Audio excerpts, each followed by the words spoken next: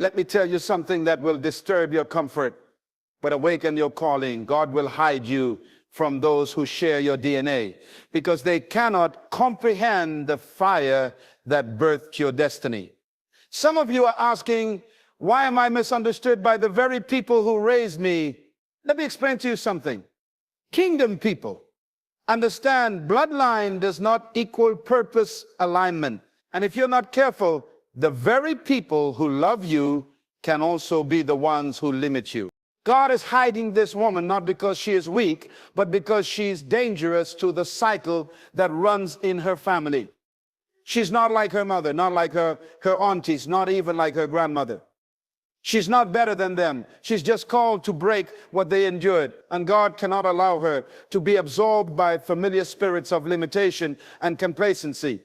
Her silence is her shield. Her invisibility is her armor, and her distance. That's divine strategy.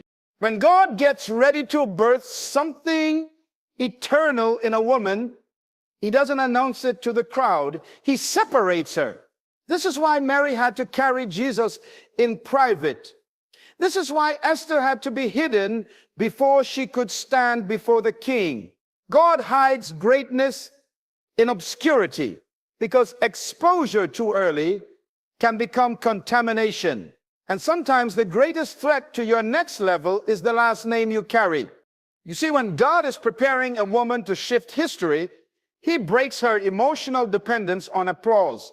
He cuts her off from those who only understand the version of her they grew up with. Emotional and spiritual detachment is not rejection, it's redefinition. She's not running away from her family, she's being pulled toward her assignment. And you cannot pull a woman into destiny while she's still anchored to dysfunction disguised as loyalty. Some of you have been crying, God, why am I alone? But hear this, solitude is not punishment, it is placement. You are not hidden because you are forgotten. You are hidden because what you carry must be developed in silence. A seed never grows on the surface, it grows in the dark. And God will often hide you from your own bloodline because they would abort what he is trying to develop in you. The woman God hides is not weak. She's being weaponized. She's being pulled away, not just for her own sake, but because she is the only one in her generation with the courage to break the cycle. She is quiet, but she is not passive. She is alone, but she is not abandoned. She is hidden, but she is not invisible to heaven. And when God is done preparing her, even her family will have to come to her for preservation. Just like Joseph's brothers came to him, not knowing the very one they discarded was the one ordained to save them. Don't mistake her silence for surrender. Don't misjudge her stillness as weakness. She is shedding the false need for validation. She no longer needs to be understood by those who have not upgraded their thinking. God is maturing her emotionally so she doesn't react when people don't recognize her. Her confidence is no longer rooted in connection. It is rooted in conviction.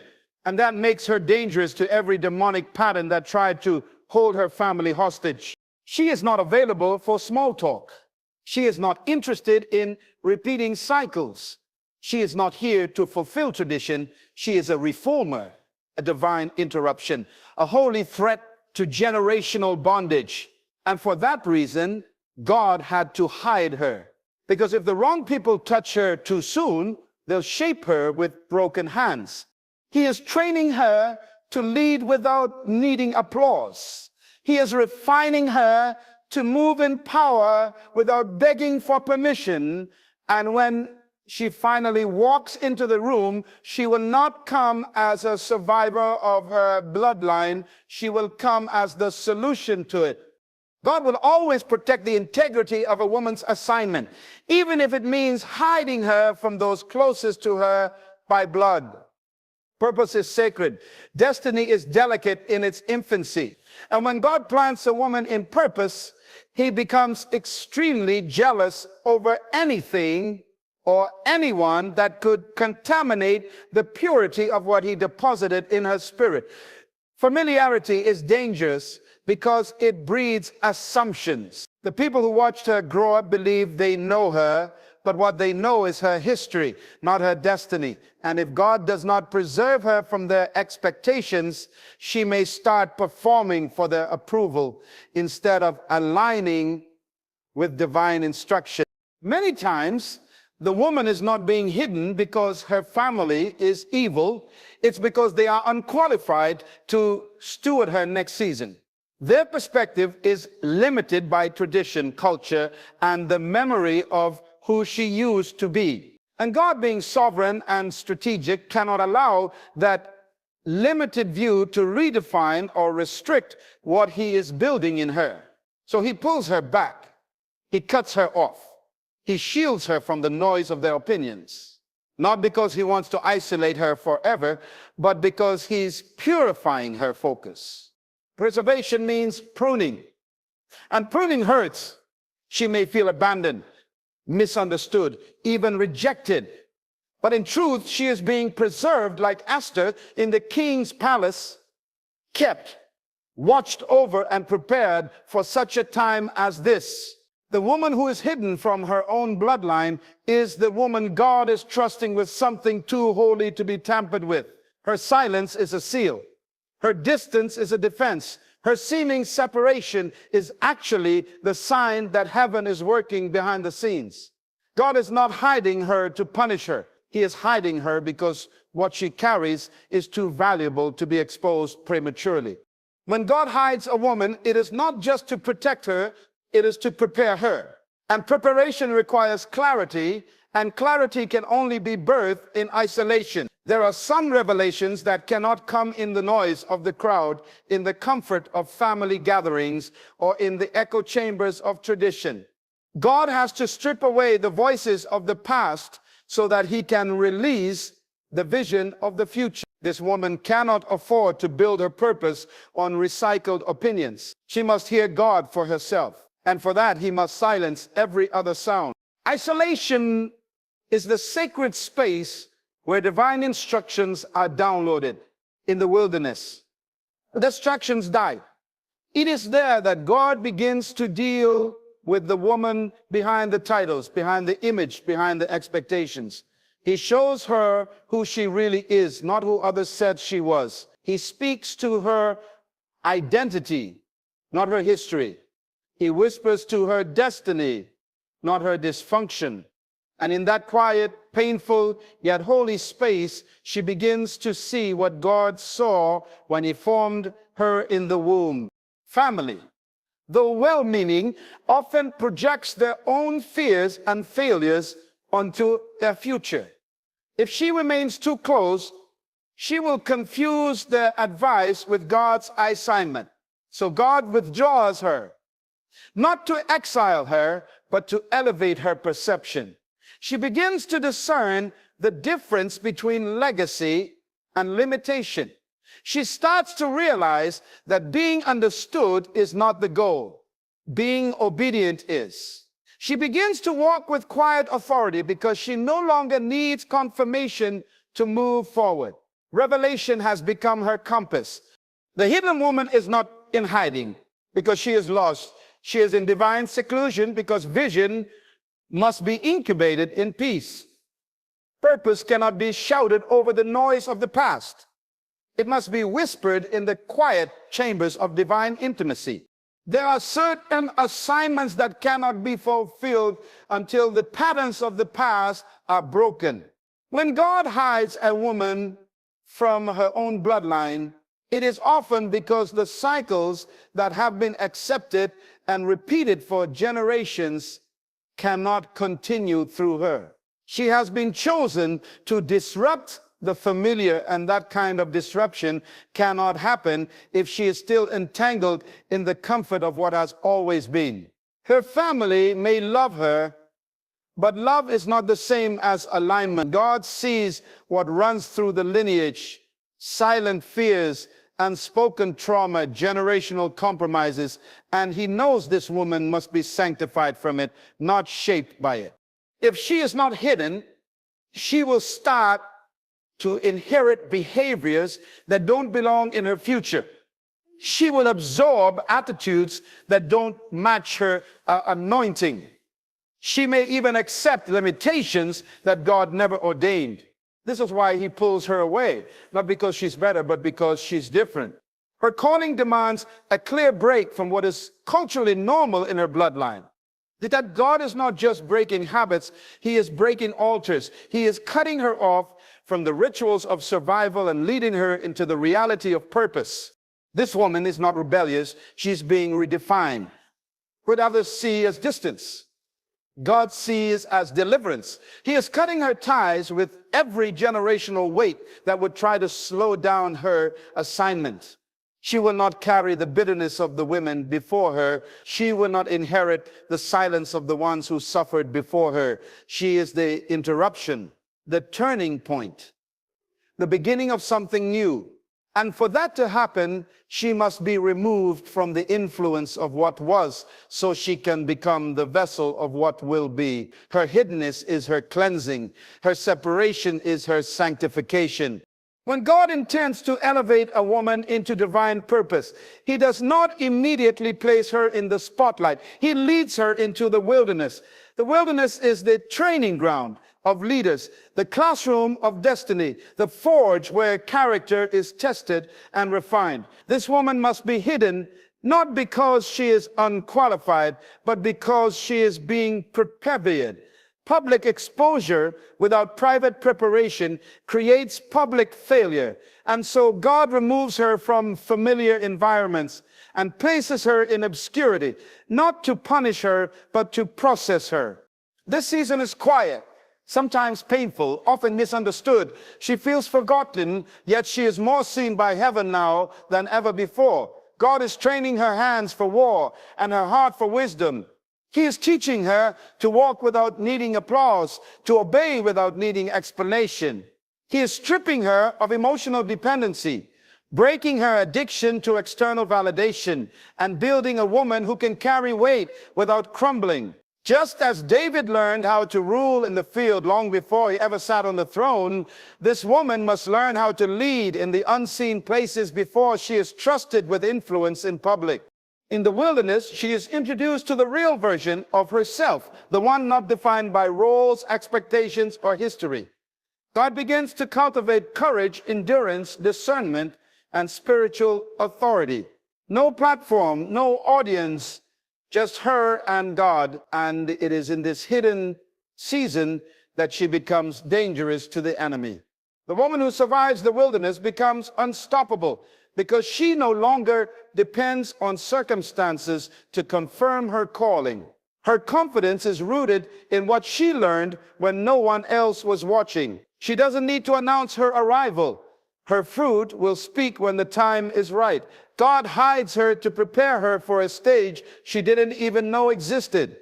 There are wounds that cannot be seen by others, but are deeply felt by the woman God chooses to hide. She carries invisible scars, rejection, betrayal, abandonment, emotional trauma that linger beneath the surface. And though she smiles, she bleeds internally. God, in his wisdom, does not rush her into exposure. He does not promote her before healing her. He knows that purpose without healing becomes performance. And so he conceals her, not to keep her small, but to make her whole. He delays visibility because her soul must be restored before her assignment is revealed. Healing is not optional for the woman chosen to lead. If she is not healed, she will bleed on those she is called to serve.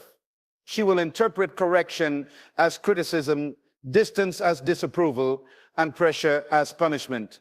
God cannot entrust her with influence until he has ministered to the fractures within her. He pulls her away to deal with what others overlooked. In private, he unpacks her pain. He confronts her insecurities. He exposes the lies she believed about herself. And in that sacred space, he begins to rebuild her from the inside out. This process is slow. It is silent. It is sacred. No one sees it. No one applauds it, but Heaven watches closely. God is not interested in cosmetic transformation. He is after inner resurrection. And so he covers her in obscurity, shielding her from expectations she's not yet ready to carry. She may feel like nothing is happening, but everything is happening. Her silence is divine surgery. Her withdrawal is strategic. God is not just preparing her for people. He is preparing her for herself. When she emerges, she will not lead from her wounds. She will lead from her healing. And that will make her powerful beyond imagination. Emotional detachment is one of the most misunderstood signs of spiritual growth. When God begins to mature a woman for divine purpose, he often allows her to walk through seasons where emotional support is stripped away. Conversations grow silent. Relationships shift. People she once depended on no longer show up. At first, it feels like abandonment, but it is actually a holy realignment. God is severing her from emotional crutches so she can learn to stand in the strength of his presence alone. This is not punishment, it is preparation. The woman God hides must become emotionally stable enough to carry her purpose without being swayed by the applause or rejection of others. This kind of detachment is not coldness, it is clarity. She begins to understand that every connection is not covenant. Every closeness is not alignment, and every voice in her life is not assigned to her destiny. God is refining her discernment, so she stops seeking validation in the wrong places. He teaches her how to sit in silence without fear, how to walk alone without bitterness, how to respond without reacting. These are the marks of a spiritually grounded woman. She becomes free from the need to explain herself, defend herself, or prove her worth. This detachment is where real authority is born. She learns to choose obedience over emotional comfort. She learns to hear God over noise. And she begins to walk with a different kind of confidence, not one rooted in people's acceptance, but in God's affirmation. Her circle becomes smaller, but her vision becomes sharper. She no longer entertains drama or distraction. She is not distant because she is bitter. She is distant because she is being built. The detachment is not a wall. It is a boundary of protection around her destiny. Some women are hidden not because they are insignificant, but because they are sacred. When God sets a woman apart, he is not isolating her. He is consecrating her. She is not called to blend in. She is called to become a blueprint for something that has never been seen before. Her assignment is not to repeat the patterns of her bloodline, but to rewrite the future of it. And for that reason, God must separate her from the system she was born into, so she can build what heaven has designed through her. Legacy cannot be built on borrowed identity. God must strip her of every influence that does not match the future he's calling her into. She may be the first in her family to break the silence, to confront the dysfunction, to dream beyond survival. That position comes with a price. She cannot live for comfort. She must live for calling. God is not raising her to maintain what has always been. He is raising her to manifest what has never existed. That requires a level of spiritual courage, mental discipline, and emotional maturity that cannot be developed in the crowd. So he hides her, not to protect her reputation, but to develop her capacity. Her conversations shift. Her priorities evolve.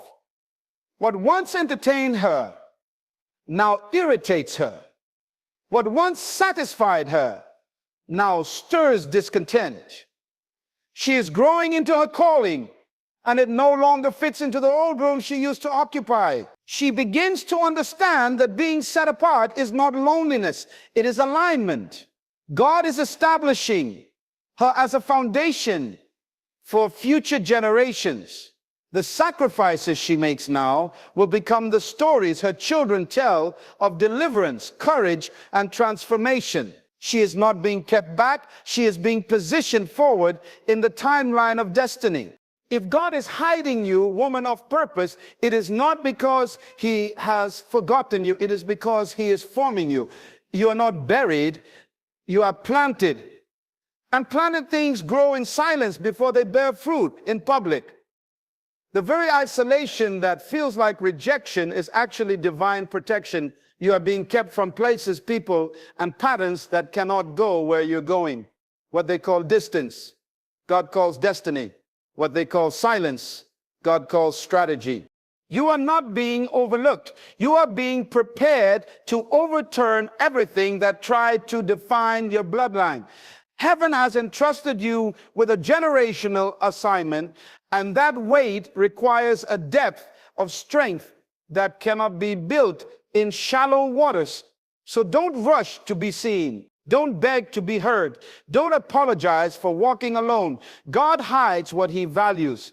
He conceals what he's about to reveal with glory.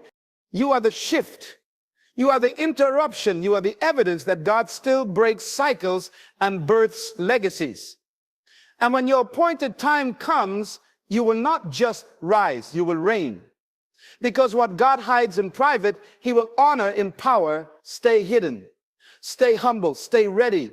Your unveiling will not be for attention, it will be for impact.